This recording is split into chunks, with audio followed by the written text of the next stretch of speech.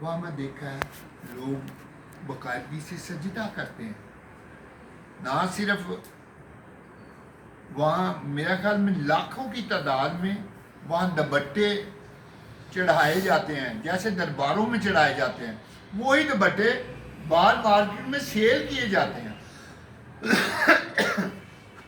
اور یہ جو ہے یہ ٹوٹلی خدا کے حضور یہ نفی ہے، خدا کے حکم کی ہم نفی ہے، ان کے حکموں کو نفی کرتے ہیں، تو خدا ہمیں کیا وہ سزا دیتا ہے، کیونکہ میں خدا ہوں تیرا غیور خدا ہوں، جو مجھ سے عداوت رکھتے ہیں ان کی اولاد کو تیسری اور چوتھی پشت تک باپ دادا کی بدکاری کی سزا دیتا ہوں۔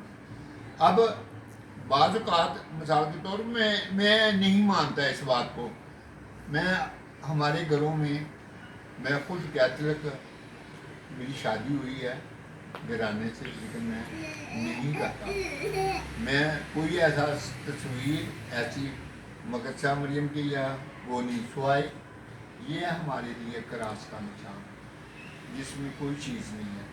آج بھی لوگوں نے مسیح کو ایسے اوپر لٹکایا ہوا ہے جیسے ابھی وہ ہماری خاطر سولی پہ لٹکا ہوا ہے، ہم کو لٹکا نہیں ہے، اس نے ہماری خاطر اپنے آپ کو بلیدان کر کے ہمارے لیے مقدسی کا رستہ بنا دیا ہے۔ اب ہمارا کام نہیں ہے کہ ہم اسے ابھی اسی طرح کراس پہ لٹکائے رکھیں۔ تو یہ جو باتیں ہیں یہ ہماری وہ کہتا ہے کہ میں تیسری اور چوتھی پشت تک آپ کے گناہوں کی سزا دیتا ہوں، یہ ہے خدا کا وعدہ۔ تو خداوند اپنے خدا کا نام بے فائدہ نہیں لینا۔ کوئی وقت تھا میرے خیال میں میرے بھائی بھی بیٹھے ہیں، بہنیں ہیں، بیٹی کو تو شاید نا علم ہو، لیکن ہمارے وقت میں ایسا تھا، وہ کہتے تھے کہ مسیحی کوئی بھی قسم نہیں اٹھاتا، ان کی بات کو ہاں اور نہ میں ہی صرف مانا جاتا تھا۔ کبھی بھی کوئی کہتے تھے آپ قسم اٹھا لیں ہم فائل آ دو، کوئی ایسا قسم نہیں چکنی۔ آج ہم اس معاشرے میں جب شامل ہو گئے ہیں تو پھر ہم کیا کہتے ہیں، ہم بھی قسمیں اٹھا رہے ہیں، ہم بھی جھوٹی قسمیں اٹھا رہے ہیں، لیکن خدا کے عہد میں بے فائدہ نام نہیں ہے۔ اگر ہم بے فائدہ نام لیتے ہیں تو خدا ہمیں کیا کرتا ہے، سزا دیتا ہے، یہ اس کا اپنا وعدہ ہے۔ یاد کر کے تو سبت کے دن کو پاک ماننا۔ ہم کتنے ہیں جو سبت کو پاک مانتے ہیں؟ میرے خیال میں 5% لوگ ہوں گے جو سبت کو ریگولر مقدس مانتے ہیں، لیکن وہ بھی پورا نہیں، عبادت ضرور کرتے ہیں لیکن اس کو پاک نہیں مانتے۔ پاک ماننے کا طریقہ کیا ہے؟ ہم کوئی کام نہ کریں سوائے پرستش کے، اور کوئی کام نہیں کرنا چاہیے، تبھی تو ہم سبت کو پاک مانیں گے۔ اب اس میں تو اتنا اس حد تک لکھا گیا ہے کہ تیرا نوکر، تیرا غلام، تیرا لونڈی، کوئی بھی جو ہے وہ بھی گھر میں کام نہیں کرے، یہ ہے اس کا بڑی سختی سے حکم ہے۔ 6 دن تک تو خدا نے جو کام کیا ہے آپ کے سامنے ہی ہے، تو خدا نے 7ویں دن آرام کیا ہے۔ ابھی تو اپنے باپ اور ماں کی عزت کرنا تاکہ تیری عمر اس ملک میں جو تیرا خدا تجھے دیتا ہے دراز ہو۔ اب لفظ جو ہے خوبصورت جو ہے وہ ہے ماں باپ کی عزت۔ اب ہمارے معاشرے میں کیا ہے، ابھی بھی گھروں میں ڈیلی آپ ویڈیو دیکھتے ہیں، ڈیلی آپ خبروں میں پڑھتے ہیں، بہت سارے لوگ ایسے ہیں جو اپنے والدین کو مار رہے ہیں، انہیں گھر سے نکال رہے ہیں۔ اور پیو تینوں تو پتہ ہی کوئی نہیں، ماں تینوں کی ہونے لگ، تو سارے ان پڑھ لوگ ہو۔ وہی ماں باپ محنت مزدوری کر کے اگر اولاد کو پڑھاتے ہیں تو پھر اس کے بعد ماں باپ جو ہیں وہ بیوقوف ہو جاتے ہیں۔ اس کو خدا نفی کرتا ہے کہ اگر ہم اس ماں باپ کی تحقیر کریں. اگر ہم اپنے ماں باپ کی عزت کرتے ہیں تو خدا ہم کے کہتا ہے تیری عمر دراز ہوگی. کتنا خوبصورت وعدہ ہے کہ اگر ہم ماں باپ کی عزت کریں گے تو ہماری عمر کی درازی ہوگی. اگر ہم نہیں کریں گے تو خدا ہمیں سزا دے گا. تو خون نہ کرنا، خون کا اس معاشرے میں بھی اس معاشرے میں بھی. اگر ہم خون کرتے ہیں تو اس کی سزا ملتی ہے. تو یہ ہمیں اسپیشلی اب زنا کے بارے میں ہے. زنا ضروری نہیں ہے کہ آپ عملاً کریں. آپ کسی کے ساتھ برا سوچتے ہیں، کسی کے ساتھ برا منصوبہ بناتے ہیں، اس کا دل میں خیال آتے ہیں تو آپ اس کے ساتھ برا سوچ رہے ہیں، نہ کر دیں. تو چوری نہ کرنا اس وقت بھی جرم تھا، آج بھی جرم ہے. تو اپنے پڑوسی کے خلاف جھوٹی گواہی نہ دینا، تو اپنے پڑوسی کے گھر کا لالچ نہ کرنا. ابھی آپ اس جگہ پہ بیٹھے ہیں تو اسی میں بھی آپ دیکھ سکتے ہیں، اپنے پڑوسی کی طرف دیکھ سکتے ہیں، وہ آپ کے گھر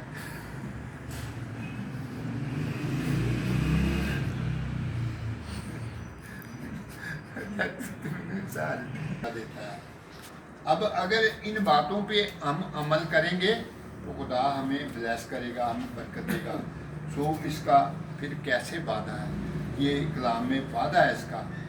خروج 23 باب اس کی 25 آیت پہ ہم مطالعہ کریں گے تو ہمیں معلوم ہو جائے گا کہ اگر ہم شریعت کو مانتے ہیں تو پھر کیا ہوتا ہے.